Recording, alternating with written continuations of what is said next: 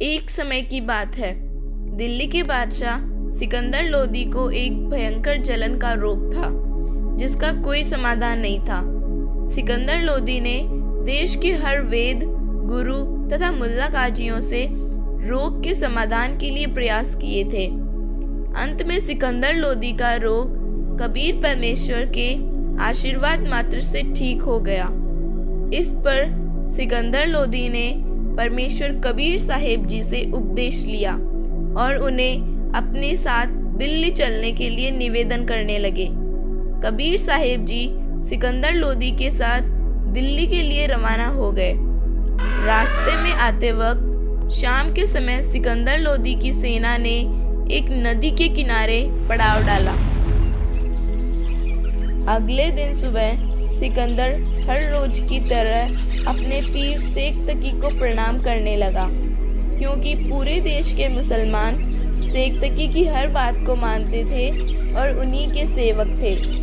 शेख तकी को सिकंदर लोदी के द्वारा कबीर साहेब जी को दिल्ली ले जाने वाली बात पसंद नहीं आई और वह कबीर साहेब जी से ईर्ष्या करने लगा। अस्सलाम वालेकुम पीर जी। क्या बात है पीर जी, आप मेरे से नाराज क्यों हैं? पीर जी, अगर मेरे से कोई गलती हुई हो तो क्षमा करना। मेरी क्या जरूरत है अब तुम्हें? जा और जाकर उस जुलाहे कबीर को अपना गुरु बना ले।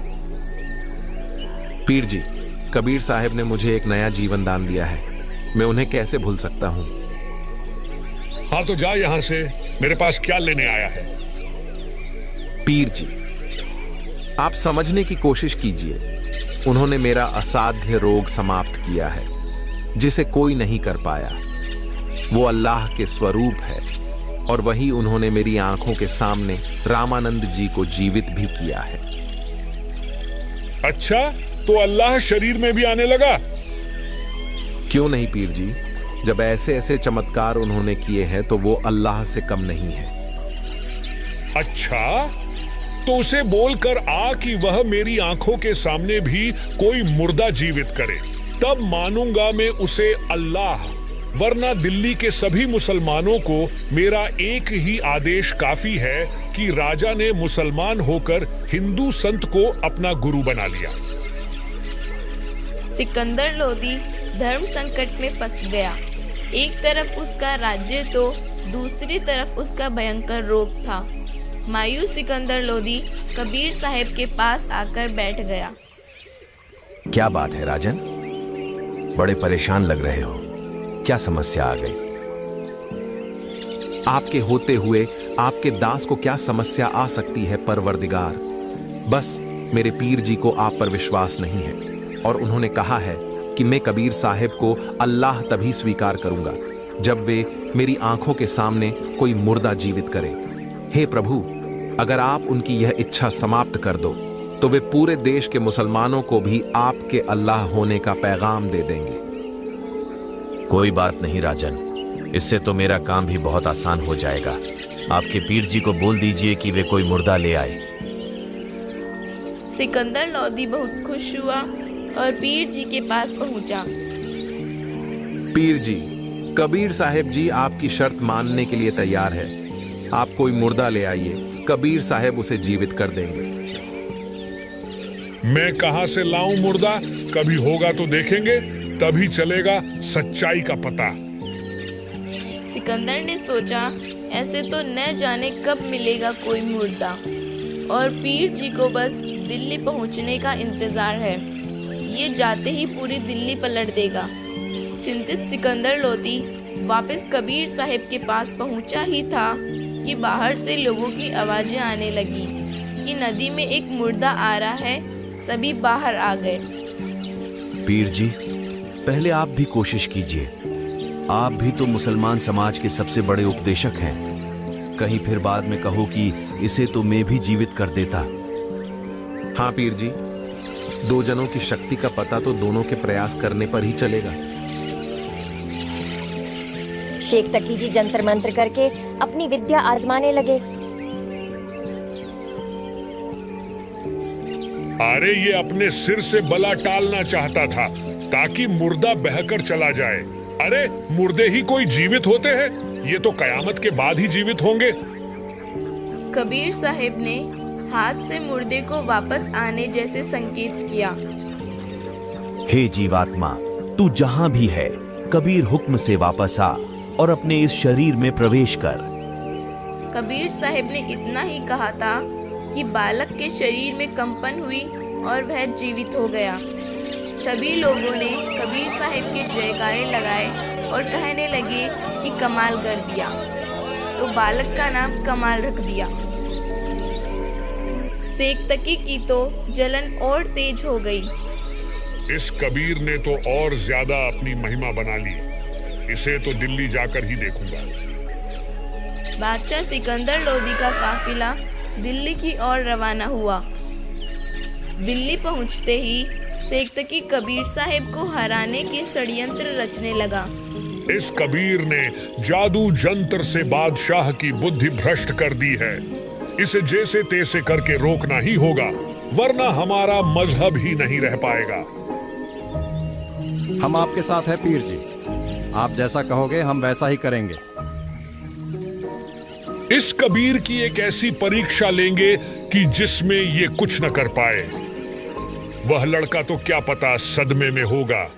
बादशाह से कहेंगे कि अगर यह मेरी बेटी को कब्र से निकलवाकर जीवित कर देता है तो हम इसे खुदा मान लेंगे। सिकंदर के पास बात पहुंची तो सिकंदर पीर जी के पास आया। अब क्या बात हो गई पीर जी? अब तो कबीर साहब ने आपकी शर्त भी पूरी कर दी। वो तो अल्लाह ही है और आपको सिद्ध भी कर दिखाया। एक मुर्दे को जीवित करने पर ही कैसे अल्लाह मान लूं? क्या पता वो बालक मरा भी था कि नहीं, सदमे में ही होगा। मैं तो तब मानूं जब ये मेरी बेटी जो कई दिनों से कब्र में है उसे जीवित कर दे, वरना ये एक काफिर जादूगर ही है। सिकंदर लोदी को अब एक और समस्या आती दिखने लगी कि ये पीर जी तो अभी भी कबीर साहब पर विश्वास नहीं कर पा रहा है। दुखी सिकंदर मायूस रहने लगा। क्या बात है बादशाह, अब क्या समस्या आ गई आप पर?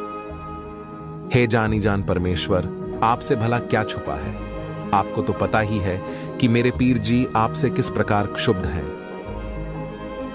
अब क्या चाहते हैं आपके पीर जी? उनके एक बेटी थी जो कुछ दिन पहले अचानक मर चुकी है। उसे कब्र में दफना रखा है। वे बोल रहे हैं कि अगर वे मेरी बेटी को जीवित कर देते हैं तो मैं कबीर साहिब को खुदा मान लूंगा। कोई बात नहीं बादशाह, अगर वो अब भी मान लेते हैं तो भी कुछ नहीं हुआ। उन्हें बोल दो कि 2 दिन बाद इसकी तैयारी कर ले और चारों तरफ मुनादी करवा दो। बादशाह सिकंदर बहुत खुश हुए और सेक्तकी को यह बात बताने गया। अच्छा, मेरी बेटी को जीवित कर देगा कबीर? चलो देखते हैं क्या होता है उस दिन। सेक्तकी ने सोचा कि मेरे तो दोनों हाथों में लड्डू है, या तो कबीर हार जाएगा या फिर मेरी बेटी जिंदा हो जाएगी। सिकंदर लोदी ने चारों तरफ मुनादी करवा दी कि 2 दिन बाद कबीर साहिब जी सेक्तकी की बेटी को कब्र से निकलवाकर जीवित करेंगे। सभी नगरवासी उस दिन का बेसब्री से इंतजार करने लगे। ठीक उस दिन नगर के हजारों लोग ये लीला देखने के लिए एकत्रित हुए। कब्र को फुड़वा दिया गया। पीर जी, पहले आप कोशिश कर लीजिए, कहीं फिर बाद में बहाने न बनाने पड़े। भगवान, अगर पीर जी में ही शक्ति होती तो अपनी बेटी को मरने ही क्यों देते? ये तो आप ही दया कीजिए। हे शेख तकी की बेटी जीवित हो जा। हे शेख तकी की बेटी जीवित हो जा। कबीर साहब ने ऐसे 2-3 बार कहा, लेकिन कोई हलचल नहीं हुई। सेक्तकी की खुशी का ठिकाना नहीं रहा और जोर जोर से हंसने लगा। हाँ हाँ हाँ, देखा ना, ढोंगी का ढोंग पकड़ा गया। मुर्दे जीवित नहीं हुआ करते। कबीर साहब जनता को ये दिखलाना चाहते थे कि सेक्तकी को अपनी बेटी के जीवित होने या न होने से कोई मतलब नहीं है। इसे कबीर साहब जी को हराने की खुशी ज्यादा है, जबकि बेटी के जीवित न होने का गम नहीं है। हे जीवात्मा, तू जहां भी है, कबीर हुक्म से वापस आ और इस बेटी के शरीर में प्रवेश कर।